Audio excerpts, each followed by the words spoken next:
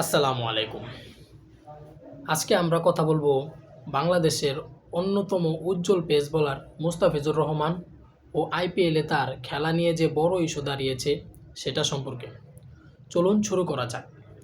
মুস্তাফিজুর রহমানকে 2026 সালের আইপিএলে মিনি নিলামে কলকাতা নাইট রাইডার্স দল কেকেআর কিনেছিল প্রায় 9,20,00,000 রুপির অফার দিয়ে, যা ছিল বাংলাদেশের জন্য একটা ভালো সংবাদ। কিন্তু হঠাৎ করে বড় ধাক্কা এলো, তিনি দলের কাছ থেকে বাদ পড়েন। এর পেছনে যেটা বলা হচ্ছে সেটা হলো ভারতের ক্রিকেট নিয়ন্ত্রণ বোর্ড বিসিসিআই কেকেআরকে নির্দেশ দিয়েছে মুস্তাফিজকে দল থেকে ছেড়ে দিতে। এই সিদ্ধান্ত অনেকেই সরাসরি ক্রিকেট কাণ্ড হিসেবে নেননি।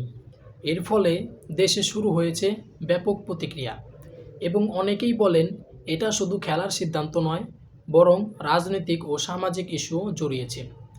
এরপর বাংলাদেশের সরকার এক নতুন সিদ্ধান্ত নেয়, অনির্দিষ্টকালের জন্য বাংলাদেশে আইপিএলের সব ধরনের সম্প্রচার ও প্রকাশনা বন্ধ করে দেওয়া হয়।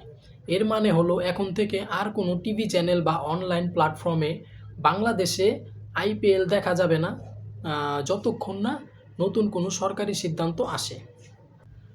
সরকারের সিদ্ধান্তে বলা হয়েছে যে মুস্তাফিজুর রহমান এই বাদ পড়া সিদ্ধান্তটি যুক্তিসঙ্গত ব্যাখ্যা ছাড়া নেওয়া হয়েছে এবং এটা বাংলাদেশের মানুষের মনে আঘাত দিয়েছে।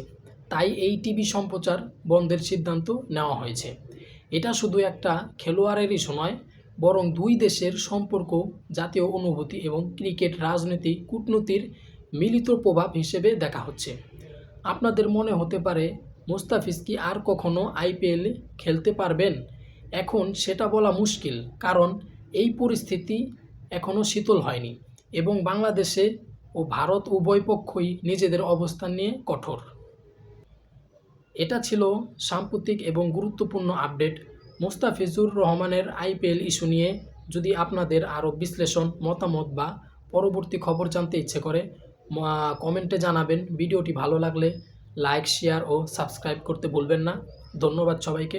আল্লাহ হাফেজ।